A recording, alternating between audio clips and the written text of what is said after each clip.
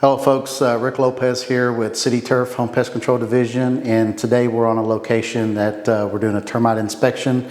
So what we're going to do here is we're actually going to walk you through the process of what we look for, things that we do to actually find termites, any damages, conducive conditions of that nature as well. When you get to window sills, what thing we look at window sills, because a lot of times they are an exterior wall, is they do like to get into the trim and the mold part of that. And also your windows also will collect the moisture, and that's any window unless you're dealing with a real high efficient window. And then when you do have moisture that does get onto that wood for the window sill, that does create a nice conducive condition for them. We look up, we look at the crown molding that's up on the top, make sure, look at ceiling. Sometimes if you are looking at a wall and something just doesn't look right, it's always good to put hands on it. That way, when you put hands on it, you can kind of tell if it's an imperfection, if it's the paint, is it the sheetrock, or is it actually termites. When you are doing your inspections, you want to make sure, like here's our laundry room. When you do your laundry room, you definitely want to make sure that you're checking that water line. And with the water line on your washer and dryer connections, you're going to have a hot water, a cold water, and you're also going to have the drain for the washer in one section of the wall. And there's been many times we found termites in that area. So you really want to make sure, if you can get behind that washer to look at that area, do it. If it's hard to move and you can't, inspection mirrors are great. Most of them will have a little framing that goes on it. And if they're removable, you want to move them and check them, because sometimes if they get around this area here, it could hide. But this is the water lines we were talking about. It is a plastic encasement that's in there, so that does kind of hide a little bit of it. But these plumbing penetrations go down into the concrete and then actually come up right here. So, and that looks fine there. Don't see any issues. This here is just all water damage, just old and stuff. It's not the termite related or anything like that. So things like say we look for, you're looking at the walls and looking up, make sure you're always checking the pantry. Pantry looks good. A lot of times pantries don't really see termite activity in pantries. Mostly you'll get like Indian meal moths, pantry moths, granary weevils and stuff like that. Totally non-related to termites, but those are what you kind of look for in that area. Again, you got cabinets that are on the wall, so it makes it hard to see anything. Dishwasher. You definitely want to look underneath your sink to make sure that your sink is fine. If you'll notice with this sink here, one thing, it's got a lot of mold growing underneath there. Now what that tells me is that this sink here had an actual water leak at one time. And apparently they addressed it, but the walls weren't dried out correctly. Center islands, usually nothing will go on there unless there's a cracked slab, because I've run into it on multiple occasions where center islands have gotten termites because of cracked slabs. But this one here does look fine. As you can tell, this home's been well lived in. It's got a lot of work needs to be done to it, but that's another thing here. This is our dining room. Dining room looks good. Window seats, one thing you want to look at on the window seats is making sure that it all looks good.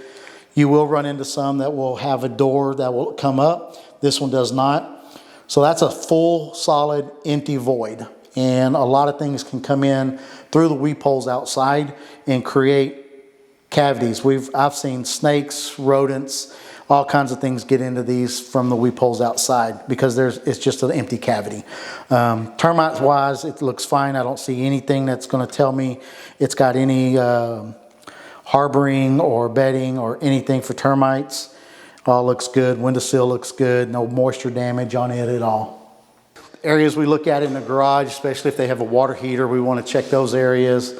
And we want to definitely check garages very well, because sometimes usually that's the best place to find termite activity.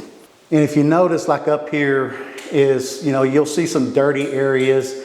And the bad thing about some of those dirty areas when people are, this could be like, hey, we have some termite noticeable damage. Well, that's not what that is. That is either, unfortunately, to say like a gecko or something got up there and that's their droppings that have run down.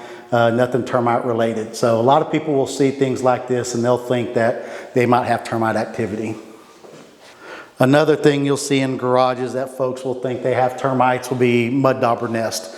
Mud dauber nests, they love to come in, build their nest in here. And I've had numerous calls where they're like, I got termites in the garage, and get there and it's mud daubers.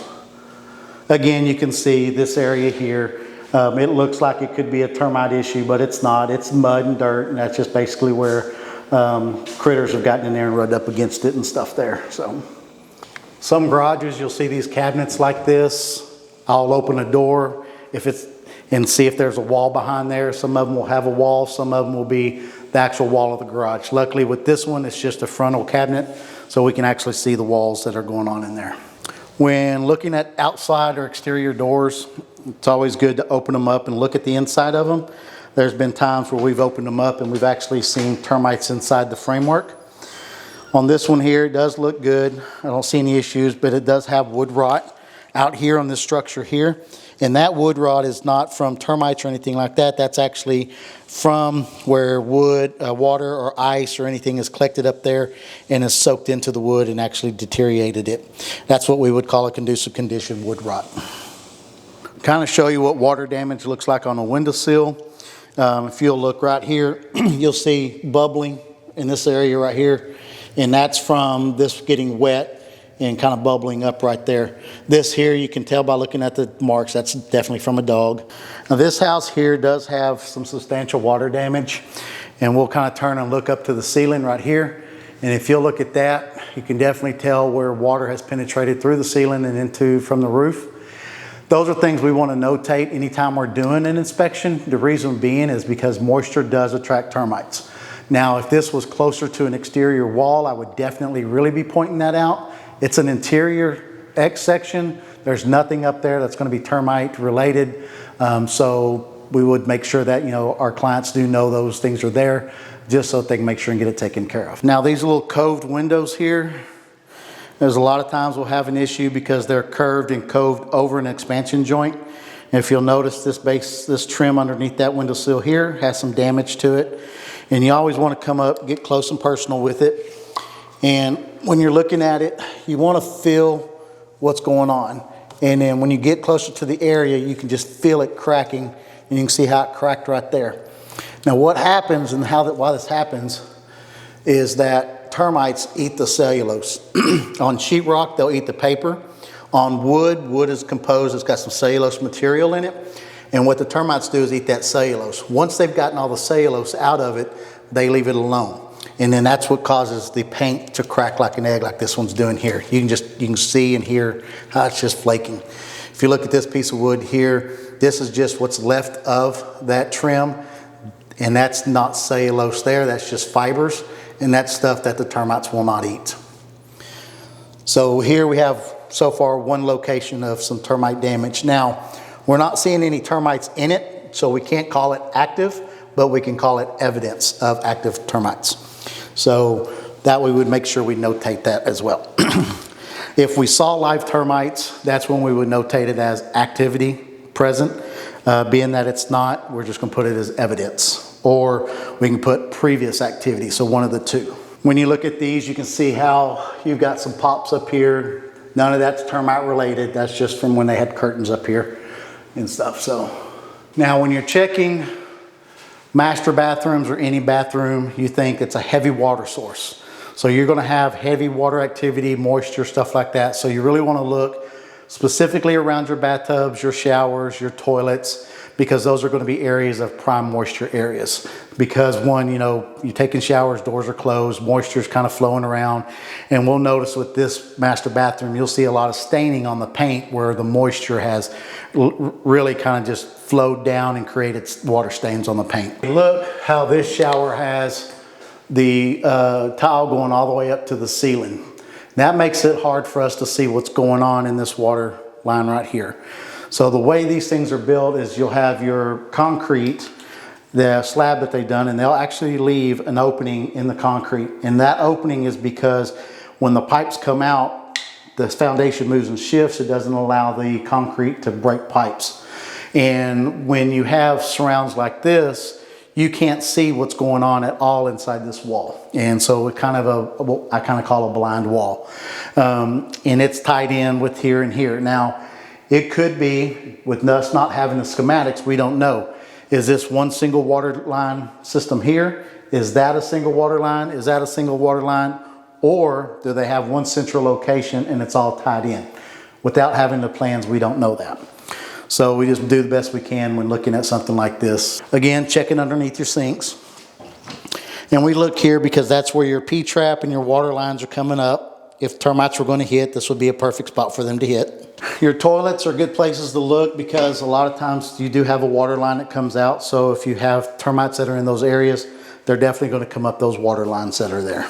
We do have a closet here. Here you can see the staining, and that's just all from the paint and the water hitting it and just moisture down like that. In some homes, your master closet will be against one of your tile showers or your bathtub or your sinks. Those are great because if they do have activity, it's easier to treat because you can come in from the closet side. But this one here does not. This here we know is an exterior wall.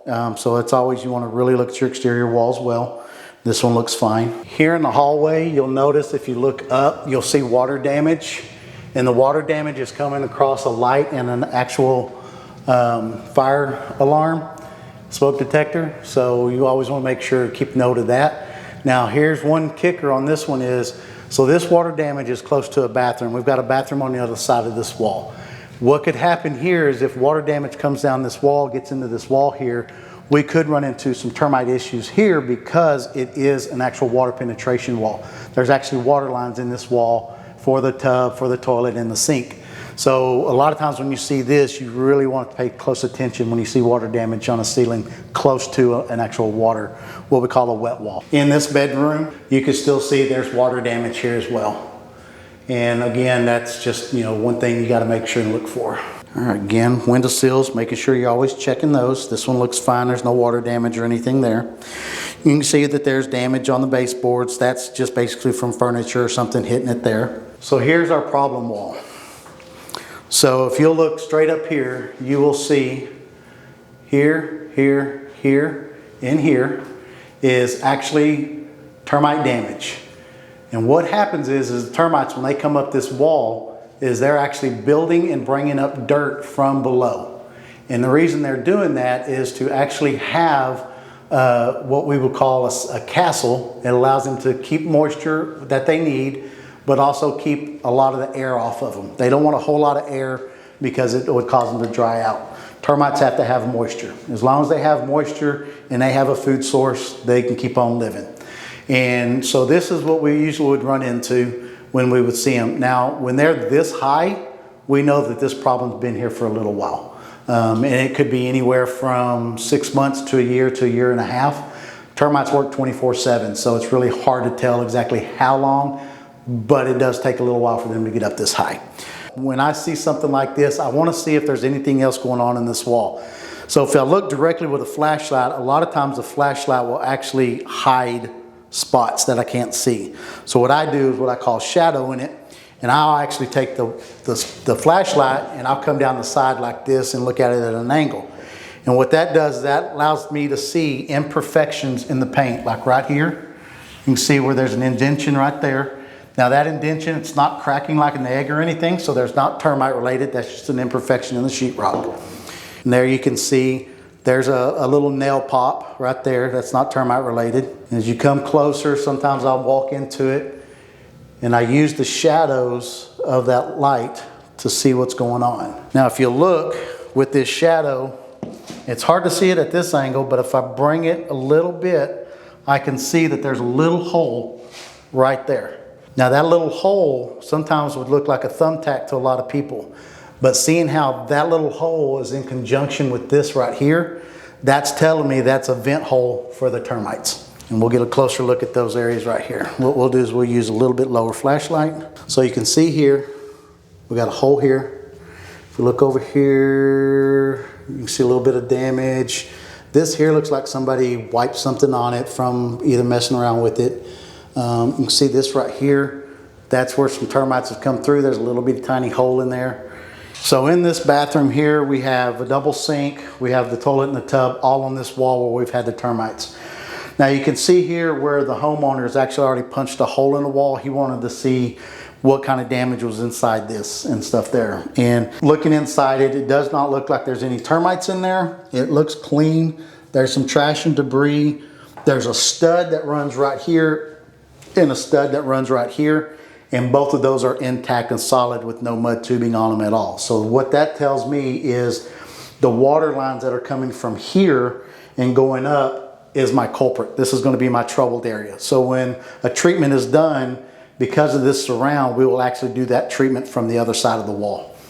If you look up, you can actually see mud tubing all up there, and that's all termite. In here in Texas, we deal with subterranean termites, and that's what they do. You can give a little shadow to that. There you go. Now, if you'll look down behind the toilet, you will see severe termite damage on the baseboard. And they went into that baseboard pretty hot and heavy. And with that, there we go.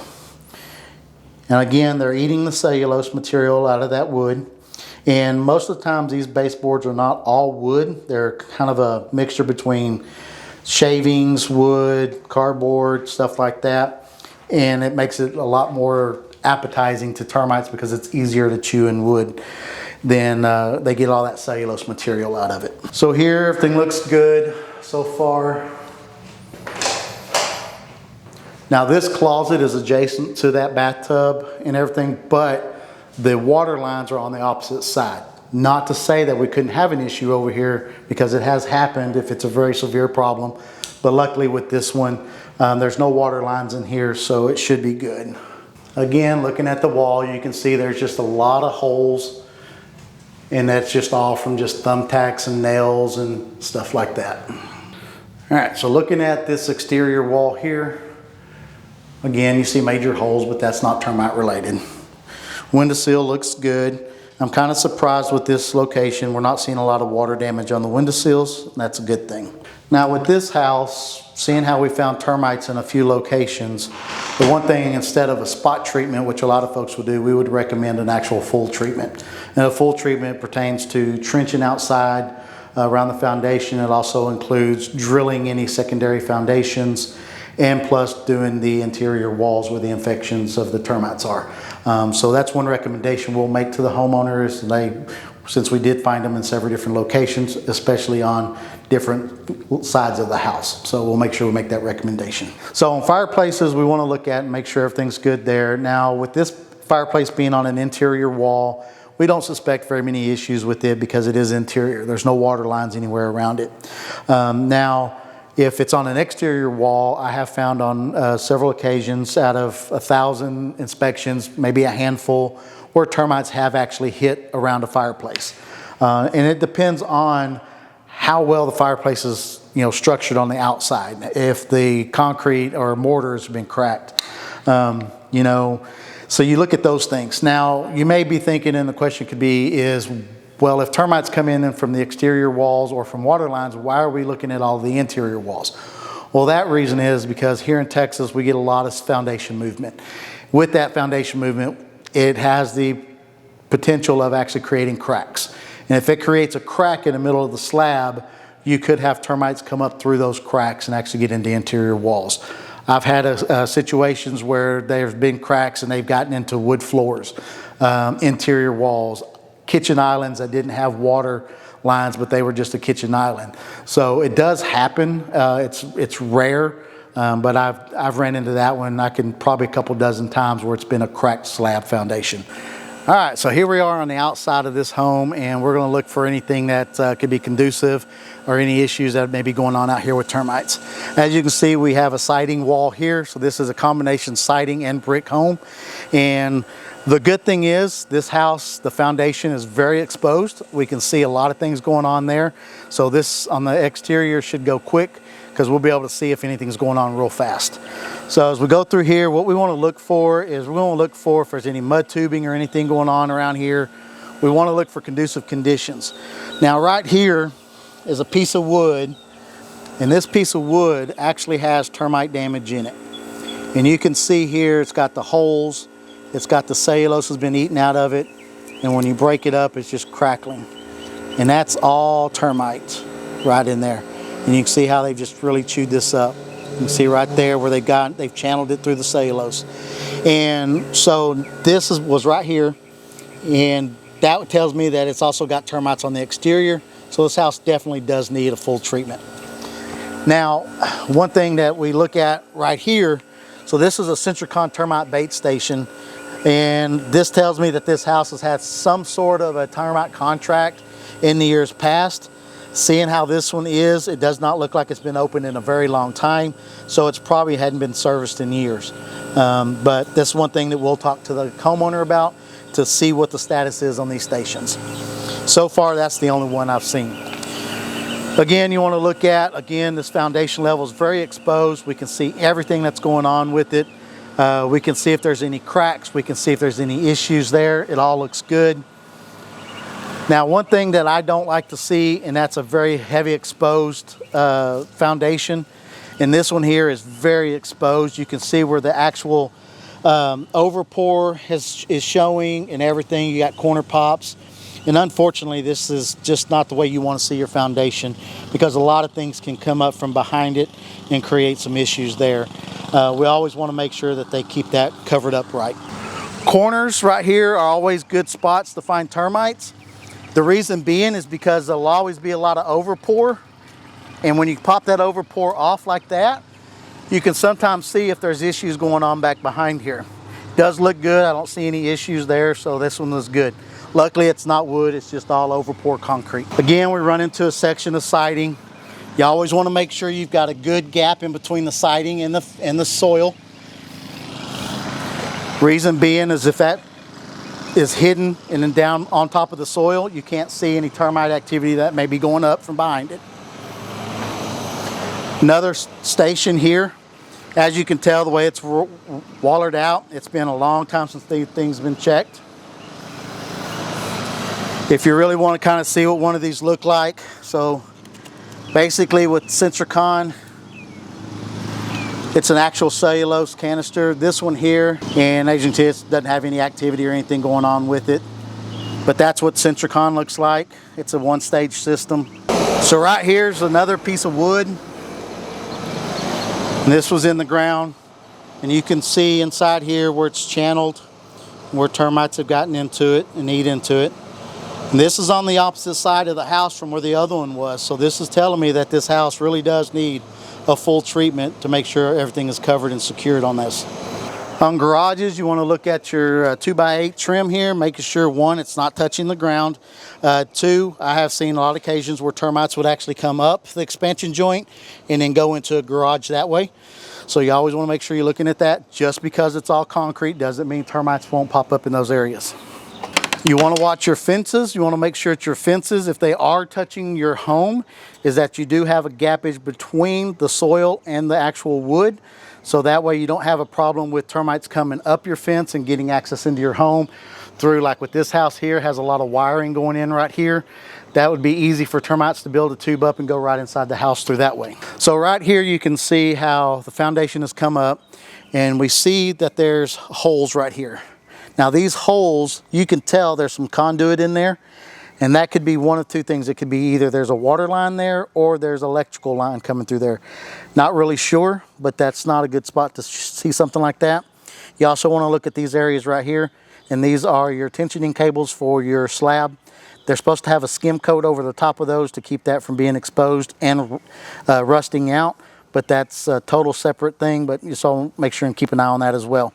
Keeping an eye on openings like that and that are key things in the inspection, because they're entry points for termites, easy access for them to get in. And that concludes the inspection. We'll go over everything with the client, measure, make sure everything's good to go, make sure he understands what kind of treatment methods we can do, what we can't do, the issue with the stamped concrete, that is as well, and what we'll do on the inside as far as foaming walls, that nature there. But that includes, this is Rick, I'm with the CitiTurf, the Home Pest Control Division, and we're here for your pest and termite needs, so if you need us, give us a call. Thank you.